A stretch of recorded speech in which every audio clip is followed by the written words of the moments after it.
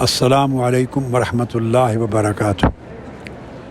محترم سرور حسین نقشبندی صاحب، بیٹے میں اپنے اس پیغام میں خصوصیت کے ساتھ آپ کو مبارکباد پیش کر رہا ہوں کہ یہ جو نعت کانفرنس ہو رہی ہے، قومی ادبی نعت کانفرنس، اس میں صرف منہاج یونیورسٹی کا نہیں بلکہ منہاج یونیورسٹی کے اندر ایک فل فلیج اکائی کے طور پہ بیٹے آپ نے بڑا کنٹریبیوٹ کیا ہے۔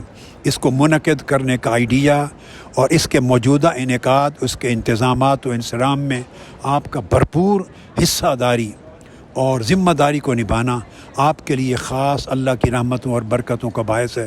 میری طرف سے آپ کو بہت مبارکباد ہے۔ آقا علیہ السلام کی نعت پاک کے صدقے آپ ہمیشہ دنیا و آخرت میں خوش رہیں، شاداب اور آباد رہیں۔ اس کو ملا کر میری گفتگو کے ساتھ یہ اسپیشل پیغام بھی سنوا دیں سامعین کو۔ والسلام علیکم ورحمۃ اللہ وبرکاتہ۔